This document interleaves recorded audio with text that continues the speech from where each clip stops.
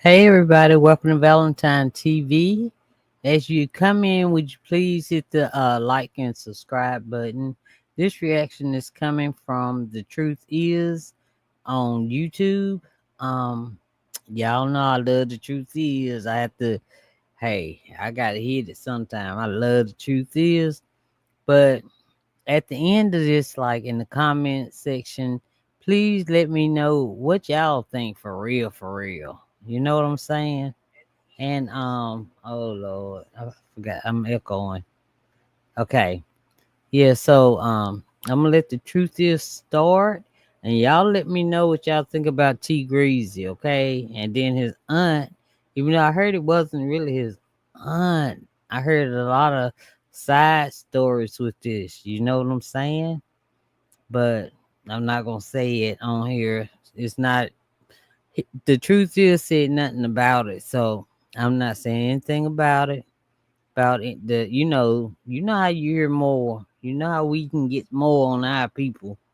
Um, but anyway, um, because the truth is allegedly like they put allegedly on their thing, so I've never seen that before. But so yeah, they thinking that he like sacrificed his aunt. You know what I'm saying? So let's go. Let's see what they got to say. Let's see. Yep, I do everything. I react to everything. If I know a little bit about it, I'm reacting. Okay. So here we go. Here we go. Right now, the internet is examining T. Grizzly under a microscope, as overnight, he became the prime suspect in the death of a woman very close to him. What was once seen as a case of mistaken identity is now looking like a cold blooded backdoor, with rapper T. Grizzly being in the center of it all. Back in 2019, T. Grizzly barely survived an attempt on his life that left his aunt JB, who was his manager, dead in his place. Grizzly claimed to not know who did it, and the death remained a mystery. But now, new details have emerged that seem to point directly at the last person anyone would have suspected of being behind it, T. Grizzly. Hey, If that is, man, let me make sure the volume is up. Yeah. I got to go in because I can't hardly hear it. Like, all right. So here we go, y'all. I'm just gonna skip. No, I ain't gonna skip any because I might miss some. guys, I hope all is well. Welcome back to The Truth Is, where I drop new videos exposing the truth weekly. In today's episode, we will be diving deep into the mysterious death of T. Grizzly's aunt. Let's get right into it. Some would say that JB was almost like T. Grizzly's guardian angel, the woman who quit her job and gave up everything to make him a star when no one else believed in him. JB watched Grizzly go from a nobody to a successful rapper overnight, and it couldn't feel more satisfying for her as she was the only one who supported his dreams in the beginning. While she knew that helping him would end up making him a star, she didn't know that it would end up costing her life. With Mm. the man she sacrificed everything for, now being seen as the prime suspect behind her death. This tragic story of success, betrayal, and murder goes back to the start of T. Grizzly's career. Born Terry Sanchez Wallace Jr., T. Grizzly grew up in the west side of Detroit, a city plagued by poverty and crime. His mom was in and out of prison. His father was murdered when Let me see. Dang. Yep. He looks like his mom. Cause y'all, when they first played this video, I thought that was like his dad with dreads. I mean, I wasn't paying much attention, but okay, I see. But anyway, y'all, I don't know. I'm still thinking about it if he did or not. Cause you know when it happened and stuff. So I just want to know. I hope, I hope not. But he's still hanging with the darn 600 gang. T was still a teen. With no real structure, Grizzly ended up making the same mistakes many misguided youth make, hanging out with the wrong crowd and following a destructive path. Even though T ended up in the streets, he still managed to graduate high school and ended up attending Michigan State University, but sadly not for long. In 2014, he was arrested for a string of robberies on campus. Weeks later, he robbed a jewelry store in Kentucky that got him hit with a sentence of up to 15 years. But in 2016, he got out early, and what he did next would change everything. He wasted no time. On the same day he was released, October 16, 2016, he recorded First Day Out, a raw emotional track about pain, betrayal, and survival. Within weeks, the song went viral. It was so viral that even LeBron James posted a workout video to it. It didn't take long for the labels to come calling. A deal with 300 Entertainment was quickly signed. T Grizzly became the new face of Detroit rap. But behind all of it was Jobina Brown, known to family and friends as JB. She was more than an aunt. She was T's biggest supporter. When he got locked up, JB was there. When he came home, it was JB who paid for his music video. She signed him and funded his dreams when no one else would. She believed in his talent before he had any fans. She left her job, put her life on hold, and became his full-time manager. JB wasn't just family. She was the reason T Grizzly became who he is. Sadly, Y'all, I heard that they like was intimate. That wasn't really his like. That wasn't his blood aunt. That's just what he had called her, right? And I heard that they were like intimate, and some about the houses in Virginia, and she may have gotten prego. That's just something I heard. So if y'all know more, put in the comments for me, okay? All right. So here we go. her association with T Grizzly would lead to the end of her life. On August 20th, 2019, T Grizzly, his driver. And one more thing. That's my birthday. August the 20th, Grizzly. Why you Oh my, I be hating for stuff on my birthday. Of her life. On August 20th, 2019, T Grizzly, his driver, and JB were riding in a Cadillac Escalade. Around 9 p.m., they parked near the 1900 block of West McNichols Road to stop at a house occupied by T Grizzly's family. According to T Grizzly, JB decided to stay in the car, refusing to enter the house, calling it dirty. T Grizzly then stepped out of the vehicle and walked up to the house. Within seconds of stepping out of the car, an unknown man approached the vehicle. No words, no warning. He opened fire, striking JB, who was sitting in the back seat. She was struck multiple times. She was then rushed to the hospital, but sadly, she didn't survive, passing away from her injuries at the age of 41. At first, there wasn't much information on why this happened. The gunman walked away and disappeared, never to be seen again. No arrests, no leads. It was looking like this was going to be another cold case. JB's family and friends were left grieving with no resolution or explanation. A good woman lost her life and nobody knew why. At the center of it all was T Grizzly, who not only lost his... Look, the one-eyed symbolism, ain't that it? If y'all believe in that.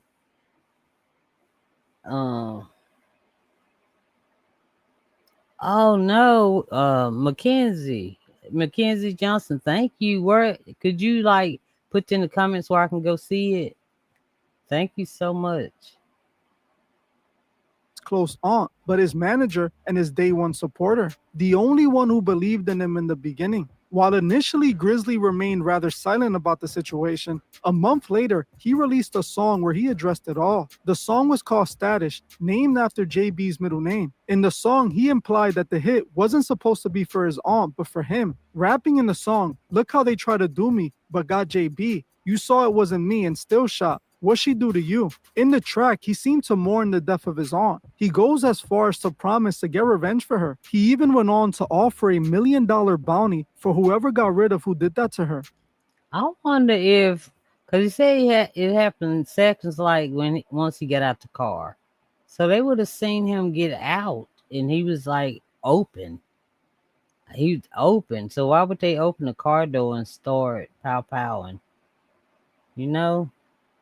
The song was basically what you would expect from a street rapper who lost a loved one to street beef. A hurt man promising to get his get back and further incriminating himself. T Grizzly was left looking for answers, and it seemed he might never get them. Sometime later, he would end up doing an interview where he spoke about the situation and how she was killed. T confidently claimed that whoever did this was trying to get him, claiming that he heard it all go down from the house and ran outside to check what happened. He even claims he spoke to his aunt on the phone before she passed away. Yeah, so we was at the studio with Guapo and Jay Swan or whatever.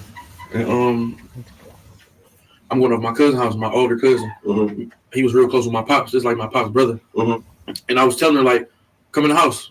And she's like, no, I don't want to go in. I'm begging her to come in the house. Mm-hmm. You know what I'm saying? Like, I apologize, y'all. Mackenzie, if you still here, is this the interview? certain areas, you just can't, you got to move right. Right. You know what I'm saying? It ain't about where you at. I could go anywhere I want to. Right. But I got to move right. Right. You know what I'm saying? So if I'm moving right, can't nothing happen to me. So I'm telling her to come in the house. She's like, no. Because JB was kind of like funny acting about dirty houses. Okay. And stuff like that. The house wasn't even dirty, but to her, she's just a clean, real clean person. Okay. It's like, no, I don't want to go in them people's house. I don't want to sit on their furniture and all that stuff. I'm like, all right, I'll be right back. So I'm knocking on the door. My people's taking so long to come to the door. You know what I'm saying? Mm-hmm. And they finally come to the door. As soon as I see her, as soon as I see my auntie, she about to open the door. I hear a whole bunch of shots going on. You know what I'm saying? Behind me, I hear a whole bunch of shots going on. So I get down because I'm thinking they about to come to the side and start, you know what I'm saying, shooting at me, and I ain't got nothing on me at the time. Mm-hmm. My cousin ran out with a gun. I'm like, perfect. So we ran out on the street. When we ran out, my driver was gone with no cars out there. I'm like, She was in the, so what was the vehicle? She was in the car? Like she was in the car. She was in the car. Okay. She was in the car on the street. So my cousin ran out with the gun or whatever. And we ran out in the front to see what's going on. And to, if somebody up on us, we gonna get them off us. So once we got outside, once we got in the front where they was at, my driver gone. There's no cars out here. Mm-hmm. Okay, wait, let me ask you. So was you had to enter the back door or something? Yeah, I was side door. Okay, I get you. Okay. But basically, I don't even know what's going on at this point. Okay. So we in the front, I look in the street. I don't see no glass in the street. So I'm like, oh, they straight. You know what I'm saying? That's probably some, I didn't even think this had nothing to do with us. Okay. You feel me? Right. But my cousin still came out there with a gun though. Mm-hmm. So I was cool with going out there. I'm like, I ain't see no glass in the street. I'm thinking they heard some shots and pulled off. Okay. So now I'm mad now. Like, y'all heard them shots. Why would y'all leave me over here? Right. You feel me? You could at least call me and told me, like, it's too much going on over here. Come on, we gone. You know what I'm saying? Then my driver ended up calling me, like, and told me what happened. So basically what happened, they walked up to my door and opened my door. You know what I'm saying? Some niggas opened my door trying to get at me. He ended up hitting her up. What they? It's like he ain't like no emotion. You so close to her, there's no way I can be talking about that and playing a video freaking game, making sure I don't get out. And I would be, I'd pause the game, turn around, we would just talk about that thing. I mean, you know what I mean? I don't know. It's just like, I don't know.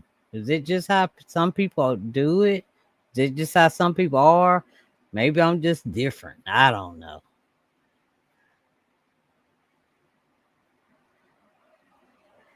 Shoot, yeah, it's all odd because he's saying that they opened his door and I mean they could see that she wasn't him. It was done by the 600 gang that and he's still hanging with them. But he said it happened seconds after. Then he said the side door, but then his cousin came with a pop out and then he didn't mind going out there. He didn't see no glass in the street.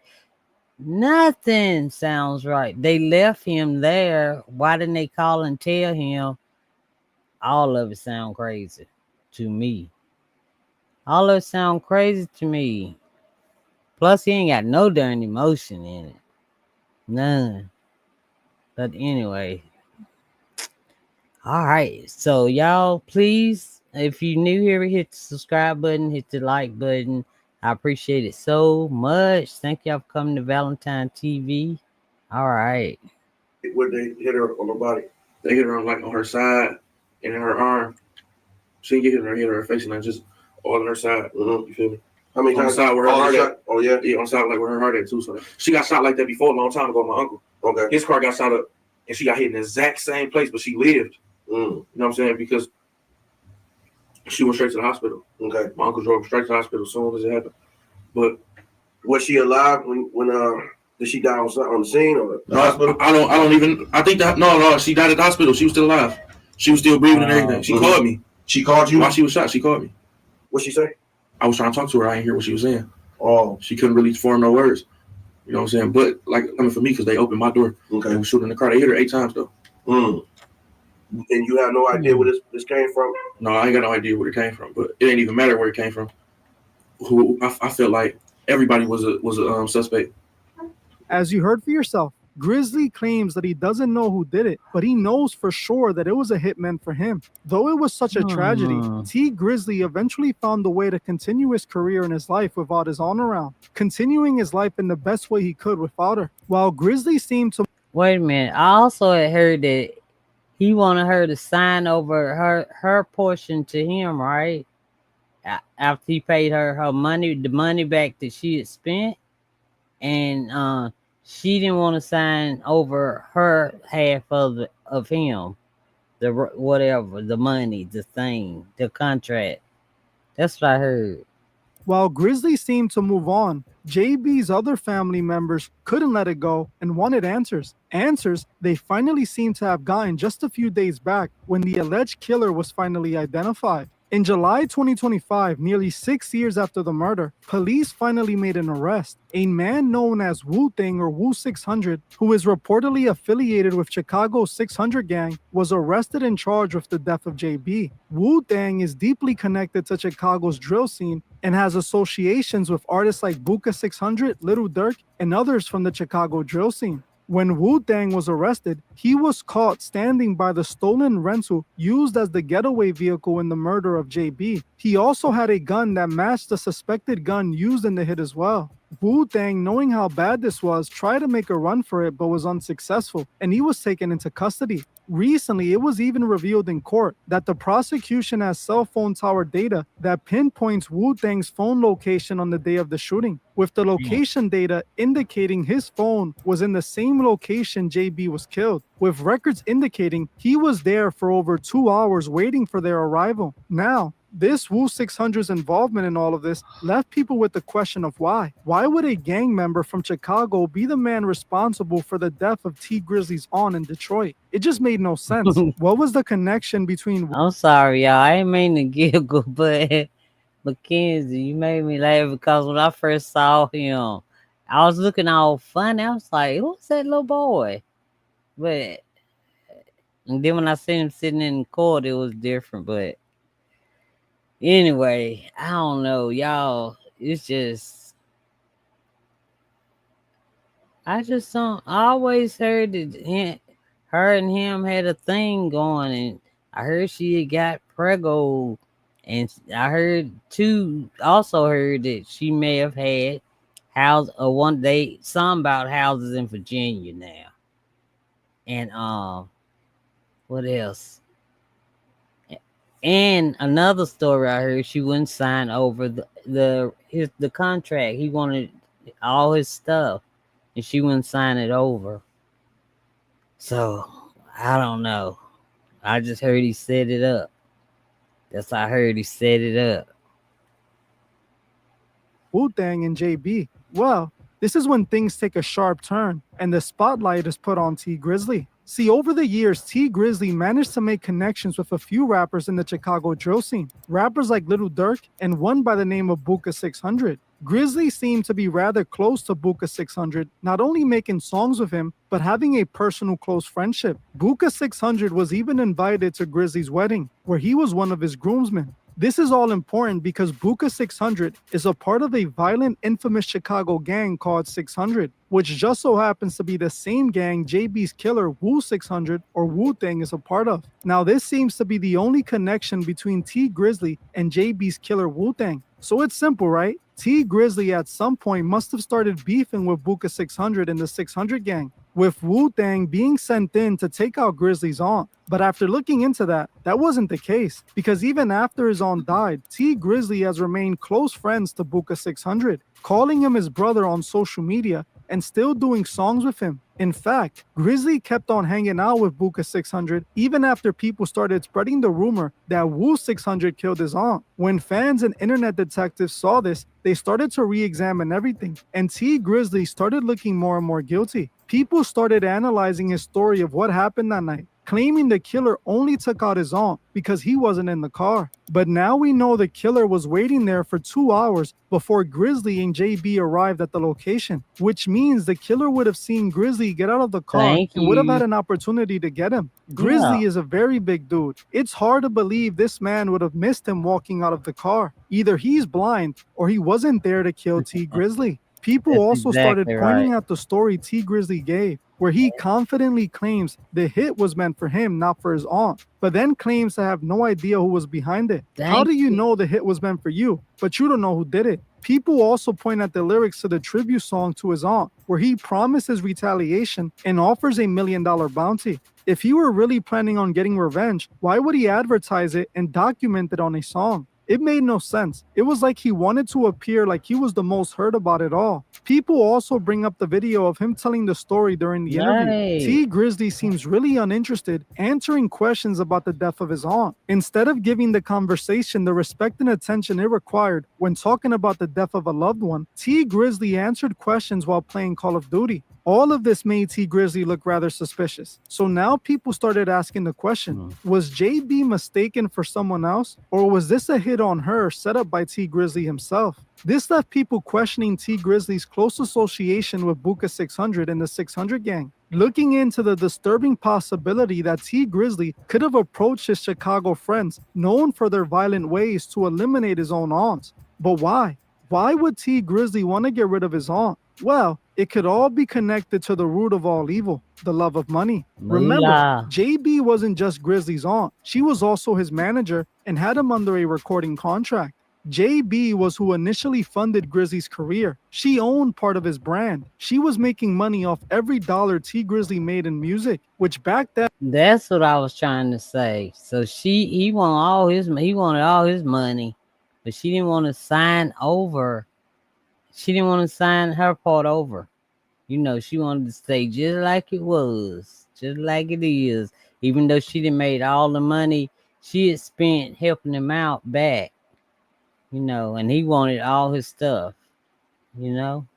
was a lot of money. She reportedly controlled a major portion of T's business. She could have easily had a massive split in his recording contracts, even owning some of his publishing rights and royalties. With her gone, T Grizzly gains full control and cut her out of the profits. When you add that to the fact that it took 6 years to name a suspect, and the suspect is from a city Grizzly had ties to and was also a part of a gang he's friends with, people start asking the question, did T Grizzly set this up? Is he the missing key in solving this mystery? Right now, Wu 600 is in custody and he is being charged with JB's death. Detroit police say they're building their case, with everyone waiting to see what comes out of this. While as of right now, we don't have the answers, I will say T Grizzly is looking rather suspicious. He recently came out and vaguely denied the allegations, telling people not to believe everything they see on the internet. That's not true.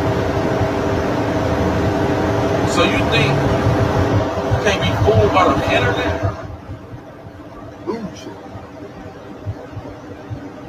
But in this case, it's pretty hard when the evidence seems to point a big arrow in his direction. We know the music industry is dark and is known for its evil ways. Yeah. Honestly, I wouldn't be surprised if T Grizzly is truly behind this all. One thing that seems clear, JB didn't deserve this, especially not by the hands of a man she was willing to sacrifice everything for. JB was more than an aunt and a manager to T Grizzly. She was the heart of his story. Her death was tragic, but was it more than a case of mistaken identity? Was she really caught in the crossfires, or was she sacrificed for the love of greed? JB deserves justice for her family, and so her soul can truly rest in peace. Yeah. Well, I'm gonna end this. All right. I knew he was about to stop. Yeah, it is weird. Yeah. I mean, it's sad and weird, Lord. I mean, I'm sure he could have said something to her. I mean, something. Maybe that's why she had stayed in the car. Maybe they was fussing about it. I don't know. Maybe they was arguing about it, and something popping up on my screen, y'all. Sorry. And he might have said, shoot, you just stay in the car. I'm tired, and I don't even want to talk to you no more. Shoot, that's my money. That's mine. I want all my stuff. It's hard to say. It's hard to say, but When he was talking about her and playing that damn video game, that was just irritating the crap out of me. I mean, ain't no way I could talk about my aunt. I don't know, really auntie, and still just play. And oh, it hit her right here. She got hit 8 times. Oh man, I mean over here. No, some up. And that's all I got for right now. And I'll be back with I don't know what. We'll see. All right. Thank you, Mackenzie Johnson, for coming and keep Valentine TV company. I appreciate it so much. And for y'all in the bushes, because I see you, please hit the subscribe button and the like button if you like any other commentary or the video period. All right. Thank y'all for coming by. I love y'all. Y'all have a blessed night. All right. Bye, y'all.